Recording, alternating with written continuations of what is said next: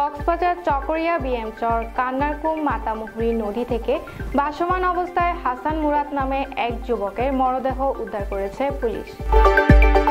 বুধবার 18 ফেব্রুয়ারি রাত 8টার দিকে উপজেলার বিএমচর ইউনিয়নের রেল লাইনের পশ্চিম পাশে বহদ্দরকাটা থেকে এই লাশ উদ্ধার করা হয়। নিহত যুবক মুরাদ উপজেলা সাহারবিল নয়াপাড়া 2 নং ওয়ার্ড এলাকার জসিমউদ্দিনের ছেলে।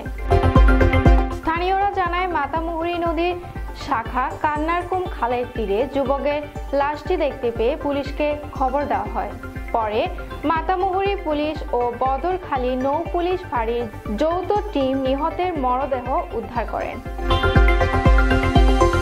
এই বিষয়ে বদরখালী নৌ পুলিশ ফাঁড়ির উপপরিদর্শক সুফল চন্দ্র সিংহ বলেন, নিহতের শরীরে বিভিন্ন জখমের চিহ্ন রয়েছে।